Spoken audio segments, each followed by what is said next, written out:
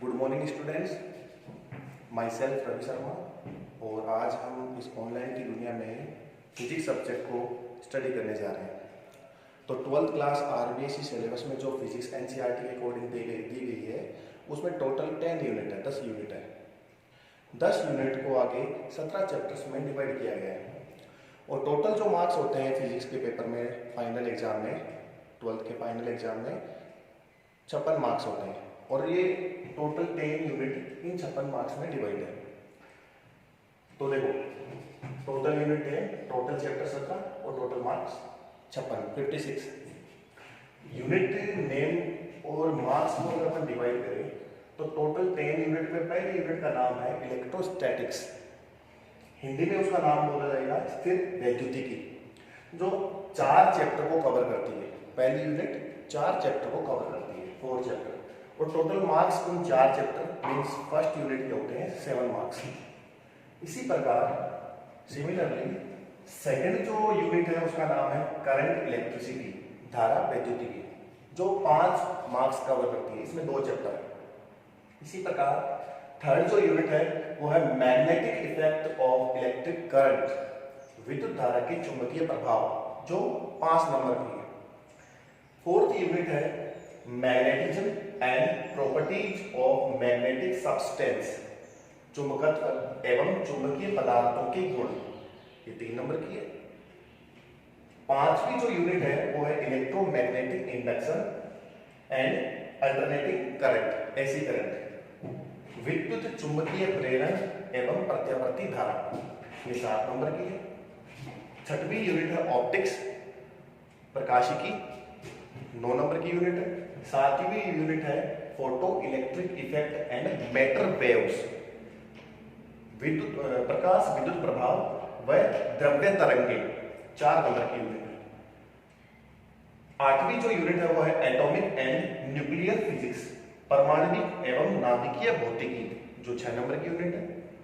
9वीं unit है electronics, या हिंदी में बात करें तो इलेक्ट्रॉनिकी, जो 6 नंबर की यूनिट है। और अंतिम यूनिट है electromagnetic waves and communication and contemporary physics, विद्युत चुंबकीय तरंगे एवं संचार और समकालीन भौतिकी, ये 4 नंबर की यूनिट है। ये सारे अगर टोटल मार्क्स जोड़े तो अपने 56 मार्क्स कवर होते हैं। तो अपन ने सबसे पहले यूनिट नंबर फर्स्ट को डिस्कस करेंगे यहाँ पे, जिसमें 4 चैप्टर कवर हो रहे हैं। ठीक है,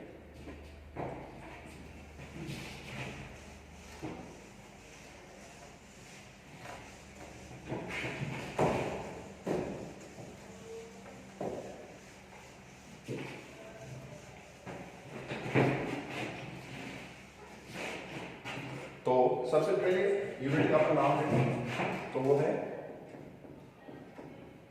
इलेक्ट्रोस्टैटिक्स, या हिंदी में बात करें तो स्थिर वैद्युतिकी।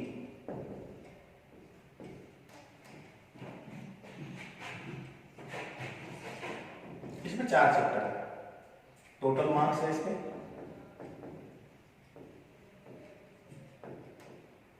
वो है 7। इसके 4 यूनिट, सॉरी 4 चैप्टर है इस यूनिट में। पहला है विद्युत क्षेत्र, इसको अपन इंग्लिश में डिफाइन करेंगे इलेक्ट्रिक फील्ड। इसका जो सेकंड चैप्टर है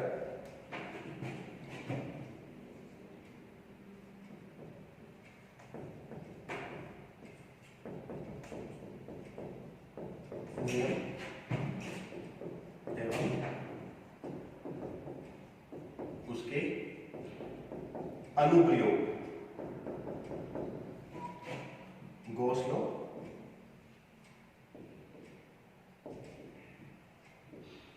एंड इट्स एप्लीकेशंस। इसका जो थर्ड चैप्टर है वो है विद्युत विभव, इंग्लिश में बात करें तो इलेक्ट्रिक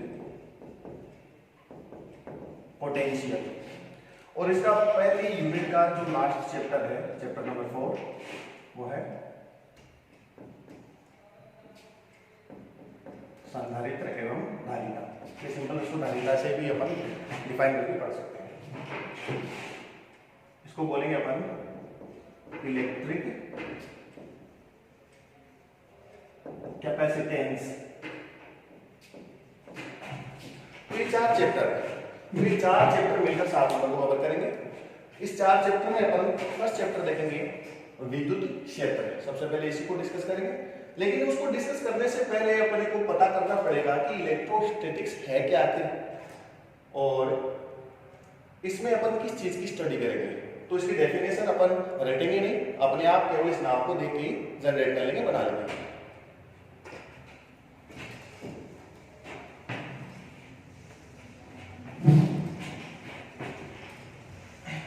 तो chapter number 4 first, second, third, fourth ये पहली यूनिट के हैं, जो आपने देख लिए होंगे कि 4 चैप्टर के नाम लिखे मैंने, और 7 नंबर के चारों चैप्टर है। उसमें सबसे पहले मैं विद्युत क्षेत्र को उठाऊंगा, लेकिन उसको उठाने से पहले मैं स्थिर वैद्युतिकी को डिफाइन करूंगा।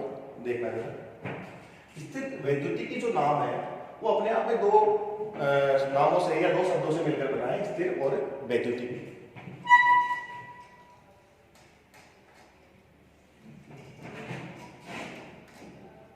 स्थिर और यह वैद्युतिकी। स्थिर का मतलब आप सबको पता है रेस्ट पोजीशन, विराम अवस्था।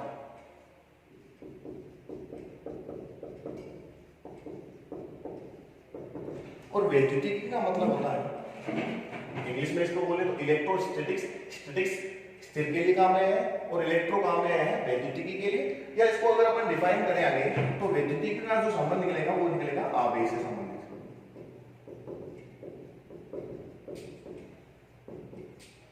आवेश से संबंधित। तो इस नाम को ही अगर अपन स्टडी कर रहे हैं तो उसकी डेफिनेशन ऑटोमेटिक बन जाएगी कि भौतिक विज्ञान की वह शाखा, पॉइंट नोट करना, भौतिक विज्ञान की वह शाखा जिसमें स्थिर आवेशों का अध्ययन किया जाता है, स्थिर वैद्युतिकी कहलाती है।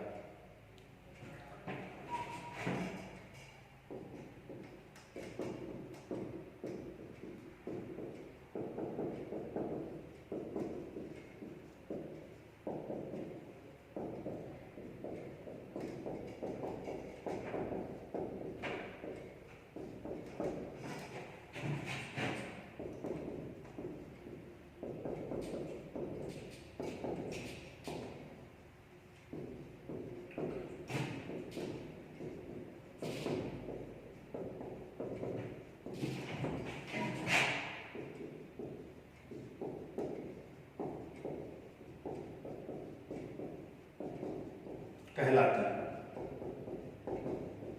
ये इसकी डेफिनेशन होगी।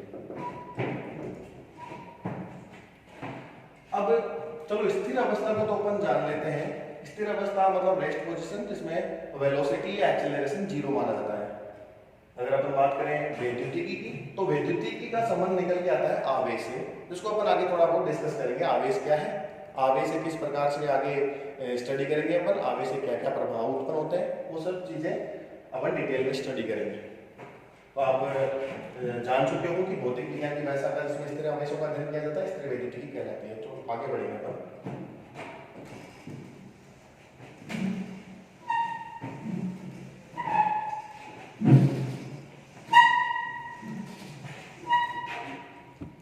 तो उसमें एक शब्द आया है आवेश। हालांकि आप प्रीवियस क्लासेज में 10th में, इवन 7, 6, 8, 9, 10 इन क्लासों में आपने इलेक्ट्रॉन, प्रोटॉन, न्यूट्रॉन इनके बारे में सुना होगा, पढ़ा होगा। आवेश उन्हीं से निकल के आता है। इलेक्ट्रॉन भी आवेशित कण है, प्रोटॉन भी आवेशित कण है, बट न्यूट्रॉन पे कोई आवेश नहीं होता। अपन यहाँ पर स्थिर वैद्युतिकी में जो आवेश को डिस्कस करेंगे, आवेश की परिभाषा बनाएंगे, वो इस प्रकार से बनाएंगे कि किसी पदार्थ का वह गुण जिसके कारण वह विद्युत क्षेत्र और चुंबकीय क्षेत्र उत्पन्न करता है, आवेश कहलाता है। ये किसकी एक टेक्निकल डेफिनेशन अपन मान सकते हैं। हालांकि इसकी डेफिनेशन सटीक रूप से देना थोड़ा सा अभी सही नहीं है, क्योंकि इसके प्रभावों के आधार पर इसकी डेफिनेशन को बनाया गया है। इसकी एक डेफिनेशन मैंने आपको बताई कि आवेश किसी पदार्थ का, किसी वस्तु का वह गुण है जिसके कारण वह वस्तु विद्युत क्षेत्र और चुंबकीय क्षेत्र दोनों को उत्पन्न करती है।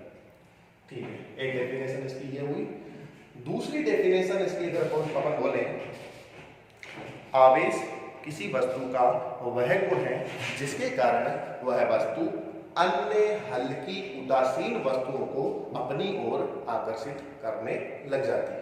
तो ये दो डेफिनेशन इसकी है। इन दोनों डेफिनेशंस को आगे अपन और जस्टिफाई करेंगे और समझेंगे। पहले तो इसकी डेफिनेशन में लिख देता हूं।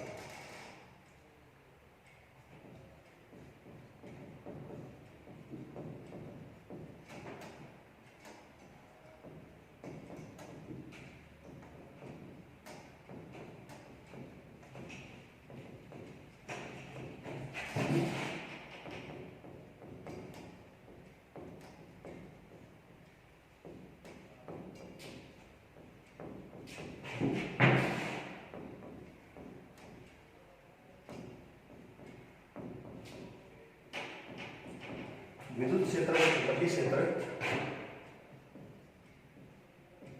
उत्पन्न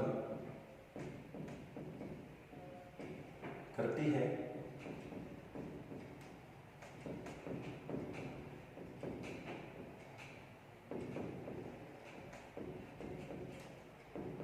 विद्युत आवेश कहलाता है। किसी वस्तु का या पदार्थ का वह गुण है जिसके कारण वह विद्युत क्षेत्र और चुंबकीय क्षेत्र उत्पन्न करती है, विद्युत आवेश कहलाता है। ठीक है, दूसरी डेफिनेशन इसकी अपन देख सकते हैं। हालांकि इसकी कोई सटीक डेफिनेशन मैं नहीं दे रहा हूँ, इसके प्रभावों के आधार पर, इसके जो इफेक्ट आगे होते हैं, आवेश के कारण जो इफेक्ट उत्पन्न होते हैं, उनके आधार पर इनकी डेफिनेशन को बनाया गया है। जिसकी दूसरी डेफिनेशन है, आवेश किसी वस्तु का वह गुण होता है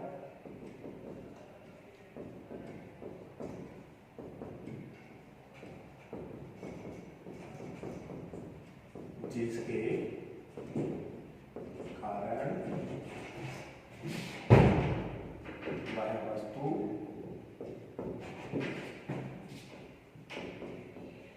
अन्य हल्की उदासीन वस्तुओं को अपनी ओर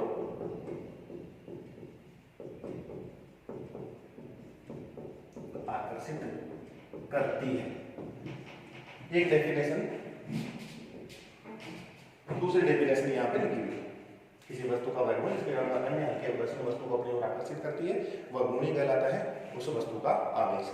ये आवेश किसी वस्तु का जो गुण होता है वो इसका एक नैसर्गिक गुण है, वो इसका एक फंडामेंटल गुण है। फंडामेंटल गुण का मतलब ये हुआ कि जब वस्तु का फॉर्मेशन हुआ, वस्तु बनी, तो वस्तु के बनने में मूलभूत कणों का योगदान रहा, इलेक्ट्रॉन, प्रोटॉन और न्यूट्रॉन। प्रोटॉन, न्यूट्रॉन उसके वस्तु के जो भी परमाणु हैं, जो भी उसके एटम हैं, उसके नाभिक में थे, और इलेक्ट्रॉन उस नाभिक के चारों ओर परितक अपनी कक्षाओं में चक्कर कर रहे हैं। तो इलेक्ट्रॉन फंडामेंटल अगर अपन माने, प्रोटॉन फंडामेंटल माने और न्यूट्रॉन फंडामेंटल माने, तो इलेक्ट्रॉन पर आवेश होता है, प्रोटॉन पर आवेश होता है और न्यूट्रॉन पे कोई आवेश नहीं होता।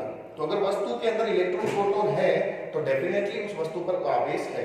हाँ, इलेक्ट्रॉन पर जो आवेश होता है वो प्रोटॉन के आवेश के बराबर होता है, परंतु प्रकृति में विपरीत होता है।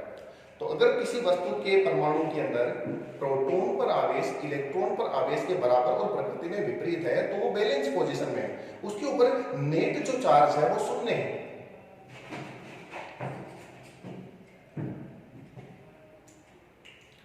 तो ये दोनों डेफिनेशन बच्चों आपने देखी।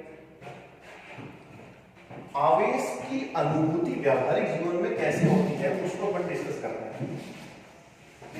आवेश की अनुभूति कहां और कैसे होती है? तो बिजली का कड़कना आपने रेनी सीजन में देखा होगा, बरसात के सीजन में देखा होगा कि जब बादल आपस में घर्षण करते हैं, टकराते हैं, तो बिजली उत्पन्न होती है। बिजली कड़कड़ाहट के साथ में अपने को दिखती है, आवाज जोर से सुनाई देती है। वो इस स्थिर वैद्युतिकी में आवेश की प्रेजेंस को अपने सामने रखती है कि आवेश एग्जैक्ट में आवेश होता है। इसके अलावा जब अपन वूलन कपड़ों को या ऊनी कपड़ों को जब उतारते हैं तो उसमें चरचराहट होती है, उसमें स्पार्किंग होती है, तो वो भी अपने को ये बताता है कि आवेश एग्जिस्ट करता है। इसके अलावा जब अपन रेशम के कपड़े को कांच की छड़ से रगड़ते हैं तो इन दोनों वस्तुओं के ऊपर किसी न किसी प्रकार का आवेश आ जाता है। अगर और अपन बेसिक देखें जो अपन कर सकते हैं इजी वे में, तो अपन एक कंघे को सूखे बालों में रगड़कर कागज के छोटे छोटे टुकड़ों के पास में लेके जाएं तो कागज के छोटे छोटे टुकड़े उसके कंघे के ऊपर चिपक जाते हैं। ये सब एक्सपेरिमेंट या ये सब घटनाएं ये बताती है कि किसी वस्तु के अंदर आवेश एग्जिस्ट करता है। बट जनरली क्या होता है कि किसी वस्तु के एटम में नेट जो चार्ज होता है वो 0 होता है, तो फिर उसमें आवेश उत्पन्न कैसे हो गया? आवेश उत्पन्न करवाने की कुछ विधियां होती है, उन विधियों को अपन बोलते हैं आवेशन की क्रिया। क्या बोलते हैं? आवेशन की क्रिया। तो अपन पहले आवेश के बारे में थोड़ा डिस्कस कर लेते हैं। आवेश की दो डेफिनेशन मैंने आपके सामने लिखी।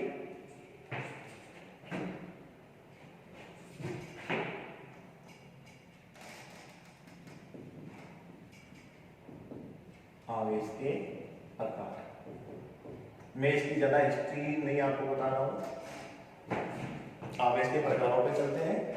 आवेश के दो प्रकार होते हैं। There are 2 types of charges. All you know first type of charge is positive charge. आवेश को इंग्लिश में अपन चार्ज बोलेंगे, पॉजिटिव चार्ज। इसको अपन बोलेंगे धनावेश, धनात्मक आवेश।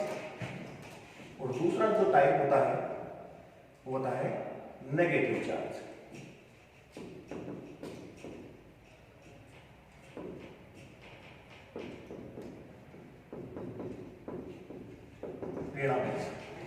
अगर कोई ऑब्जेक्ट या वो वस्तु ऐसी है जिसके ऊपर टोटल पॉजिटिव चार्ज उसके टोटल नेगेटिव चार्ज के बराबर है तो वो एक बैलेंस पोजीशन में है, उसके ऊपर कोई भी नेट आवेश नहीं। बट अगर कभी ऐसा हो कि वस्तु के ऊपर नेट पॉजिटिव चार्ज उसके नेट नेगेटिव चार्ज से थोड़ा सा ज्यादा है तो ये ज्यादा प्रभावी रहेगा। पॉजिटिव चार्ज उसके नेगेटिव चार्ज से थोड़ा सा ज्यादा है तो ये प्रभावी रहेगा। तो अल्टीमेटली अपन बोलेंगे कि उस ऑब्जेक्ट के ऊपर वो ऑब्जेक्ट पॉजिटिव चार्ज है, वो धनावेशित है, उसके ऊपर धनावेश आया हुआ है। अगर कोई वस्तु के ऊपर नेट नेगेटिव चार्ज थोड़ा ज्यादा है किसकी तुलना में? पॉजिटिव चार्ज की तुलना में, तो ऑब्जेक्ट किस प्रकार का रहेगा? नेगेटिव चार्ज ऑब्जेक्ट रहेगा। तो ये दो टाइप के चार्ज होते हैं। अच्छा, ये दो टाइप के चार्ज होते हैं, इसका सबसे पहले उल्लेख किया था या सबसे पहले ये अपने दुनिया के सामने इस बात को रखा था बेंजामिन फ्रैंकलिन नामक वैज्ञानिक ने। बेंजामिन फ्रैंकलिन नामक वैज्ञानिक ने सबसे पहले ये बताया था कि दो टाइप के चार्ज होते हैं, वो दोनों टाइप के चार्ज पॉजिटिव और नेगेटिव। कैसे मालूम किया? तो अपन एक सिंपल एक्सपेरिमेंट को अगर अपन देखें, एक कांच की छड़,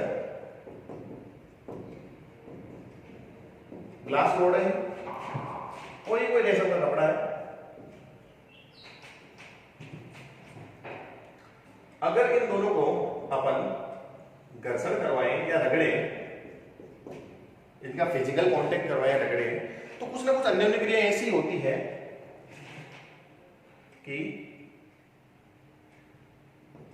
कांच की छड़ से इलेक्ट्रॉन निकल कर स्थानांतरित हो जाते हैं रेशम के कपड़े पर। हालांकि जब इनके बीच में घर्षण नहीं हुआ था, कुछ ऐसी अपन ने क्रिया नहीं करवाई थी, तो इसके ऊपर नेट चार्ज 0 था। रीजन, इसके पॉजिटिव चार्ज ने इसके नेगेटिव चार्ज को बैलेंस किया हुआ था। बट अगर अपन यहां पर कुछ ना कुछ ऐसे अन्योन्य क्रियाएं करवाएं तो यहां से इलेक्ट्रॉन निकलकर दूसरी तरफ रेशम का जो कपड़ा है उसके ऊपर स्थानांतरित हो गए। यहां से निकले, यहां स्थानांतरित हुए, तो जहां पर इलेक्ट्रॉन स्थानांतरित होकर चले गए हैं वहां पर इलेक्ट्रॉनों की संख्या प्रोटॉनों की संख्या से ज्यादा हो गई, जिसके कारण नेट जो चार्ज हुआ वो थोड़ा सा नेगेटिव चार्ज ज्यादा हो गया। इसलिए पूरा का पूरा ऑब्जेक्ट या फिर रेशम का कपड़ा नेगेटिव चार्ज हुआ और कांच की छड़ से इलेक्ट्रॉन निकल गए। बैलेंस था पहले तो प्रोटॉन और इलेक्ट्रॉन बराबर मात्रा में थे, लेकिन इलेक्ट्रॉनों के निकलने के कारण यहाँ पर प्रोटोनों मीन्स धनावेश रह गया और ये खुद भी क्या बन गई, धनावेशित छड़ बन गई, और यहाँ पर ऋणावेशित इलेक्ट्रॉन आने के कारण। तो बेसिकली अपन इलेक्ट्रोस्टैटिक्स में जो पॉजिटिव चार्ज ऑब्जेक्ट मानेंगे तो वो इलेक्ट्रॉनों के निकल जाने के कारण मानेंगे, ना कि प्रोटॉन की उपस्थिति के कारण, क्योंकि प्रोटॉन नाभिक में रहता है, प्रोटॉन नाभिक में रहता है जिसका रोल ऑब्जेक्ट को चार्ज और पॉजिटिव चार्ज और नेगेटिव चार्ज बनाने में नहीं रहता, क्योंकि प्रोटॉन नाभिक में रहता है और नाभिक को तोड़ना या नाभिक से प्रोटॉन को निकालना एक तरह से इम्पॉसिबल है, सामान्य क्रियाओं से ये नहीं तोड़ता। जबकि इलेक्ट्रॉन नाभिक के चारों ओर घूमता है तो इजीली वहां से निकल भी सकता है, और इजीली वहां से निकल सकता है तो इलेक्ट्रॉन निकलने के कारण उस ऑब्जेक्ट के ऊपर कौन सा आवेश आ जाएगा, पॉजिटिव आवेश आ जाएगा। तो ये बेसिक सा एग्जांपल है। अब जो कांच की छड़ के ऊपर चार्ज है वो पॉजिटिव चार्ज है, और जो रेशम के कपड़े पर चार्ज है वो नेगेटिव चार्ज है। ठीक है,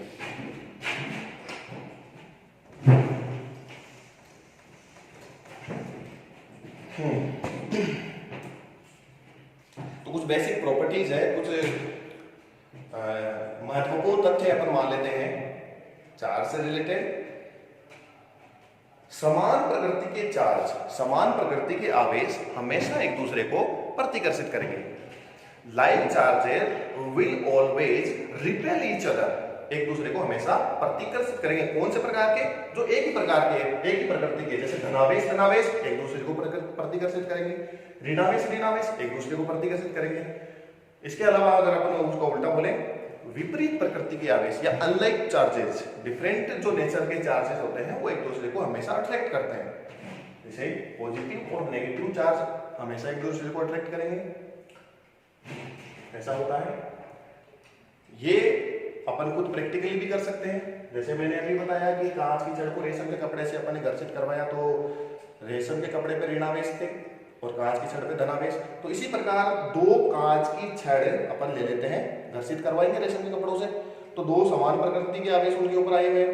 इसी प्रकार उनको जब स्वतंत्रता पूर्वक लटकाएंगे तो एक दूसरे से दूर जाने की कोशिश करेंगे। मीन्स क्या होगा कि कांच की छड़ के दोनों के ऊपर एक ही प्रकार के आवेश थे, इसलिए हम एक दूसरे को प्रतिकर्षित करेंगे। इसी प्रकार रेशम के कपड़े के ऊपर भी सेम टाइप के आवेश थे, वो एक दूसरे को भी प्रतिकर्षित करेंगे।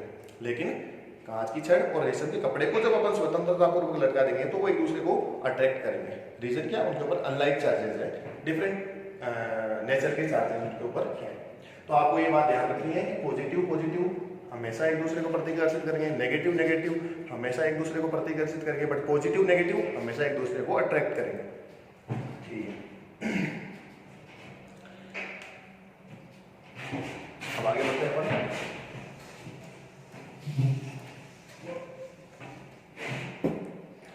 आवेश को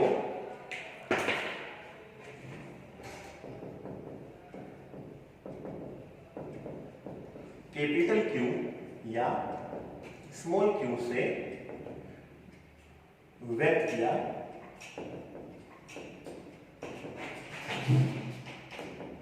जाता है। आवेश को कैपिटल क्यू या स्मॉल क्यू से व्यक्त किया जाता है। किसी वस्तु के ऊपर कितना आवेश है तो उस वस्तु के ऊपर टोटल आवेश या तो कैपिटल क्यू के हिसाब से रिप्रेजेंट किया जाएगा या स्मॉल क्यू के हिसाब से।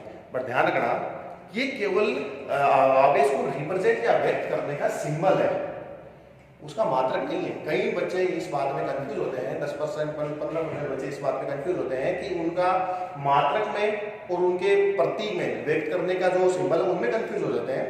आवेश का मात्रक कूलाम होता है, SI जो मात्रक होता है वो कूलाम होता है। बट आवेश को रिप्रेजेंट आप क्यू से, छोटे क्यू या बड़े क्यू, कैपिटल और स्मॉल क्यू से आप किसी से भी डिनोट कर सकते हो, इससे किया जाता है।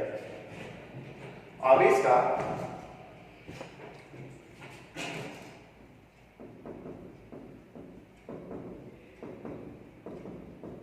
SI मात्रक सिस्टम इंटरनेशनल पद्धति तो सबसे ज्यादा एक्सेप्टेबल है, सबसे ज्यादा सुपरिभाषित है और पूरे विश्व के सभी जगह पे, सभी कंट्रीज में ये मान्य है, सबसे ज्यादा इसी को पढ़ा जाता है। हाँ, इसके अन्य मात्रक भी अपने को जानना जरूरी है, तो वो भी पढ़ेंगे अपन। आवेश का SI मात्रक कूलाम इसको अपन सी से डिनोट करेंगे, मात्रक सी से डिनोट करेंगे, लेकिन आवेश को रिप्रेजेंट क्यू से किया जाएगा, कूलाम होता है।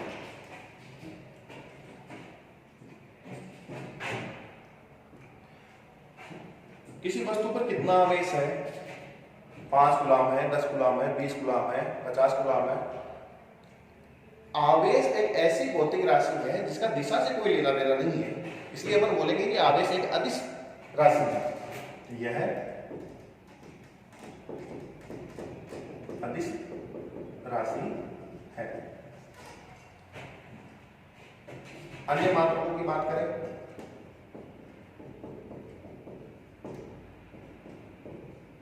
अन्य मात्रक की बात करें तो CGS सेंटीमीटर ग्राम सेकेंड छोटी पद्धति है, MKS, CGS, SI पद्धति, FPS ये अपन ने 11th क्लास में डिस्कस की थी। तो CGS जो छोटी पद्धति है उसमें भी इसका मात्रक है। CGS पद्धति में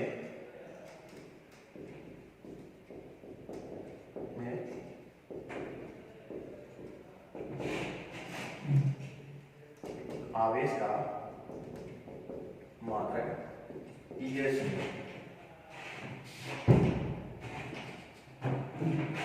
इलेक्ट्रोस्टैटिक यूनिट, इसकी चार्ज ESU या फ्रैंकलिन है।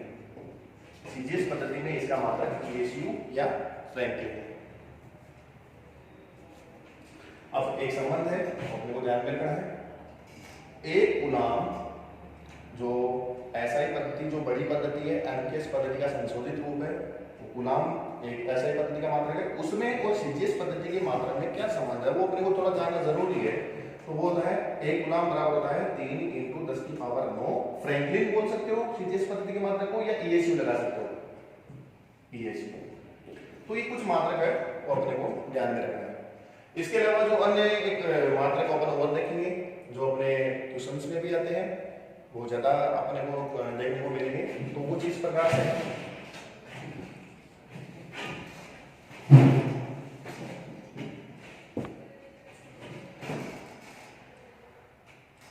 अन्य मात्रकों में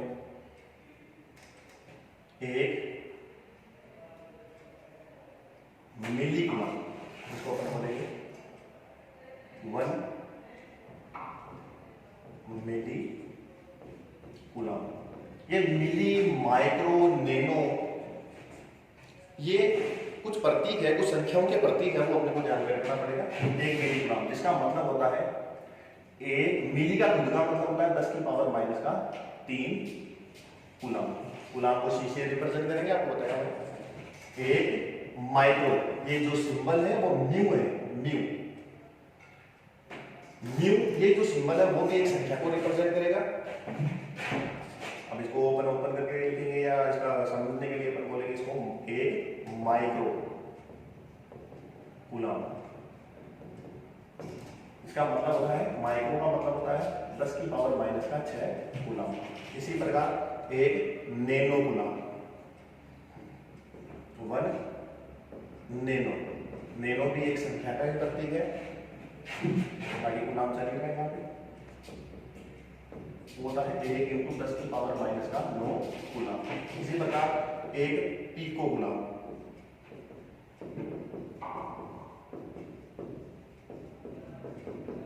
इसको बोलेंगे 1 × 10⁻⁻12 कूलाम। तो ये कुछ जरूरी डेटा है या जरूरी इंफॉर्मेशन है कूलाम इसके मात्रक से रिलेटेड, वो अपने को जानना जरूरी है। क्वेश्चन इन्हीं के रूप में है कि माइक्रो कूलाम आवेश दे दिया कि 2 बिंदु आवेश है, एक का मान कितना माइक्रो कूलाम है, दूसरे का वैल्यू 2 माइक्रो कूलाम है, 5 माइक्रो कूलाम है। तो ये माइक्रो, मिली, नैनो के रूप में अपने को क्वेश्चन में काफी कुछ देखने को मिलेंगे। जिस पद्धति में इसका मात्रक फ्रैंकलिन है या इलेक्ट्रोस्टैटिक यूनिट ऑफ चार्ज है, ये ESU से रिप्रेजेंट करेंगे। ये स्टेट कूलाम भी अपन इसको बोल सकते हैं। ध्यान रखना, ESU पद्धति CGS पद्धति में इसका मात्रक जो है वो ESU है। स्टेट कूलाम इसको बोल सकते हैं अपन, स्टेट कूलाम। या फिर उसको अपन एक शब्द में बोलें तो फ्रैंकलिन भी ये CGS पद्धति में आवेश का ही मात्रक है। संबंध देखेंगे, 1 कूलम बराबर होता है इतना स्टेट कूलम या इतना 3 × 10⁻9 फ्रैंकलिन। एक अन्य मात्रक एक और है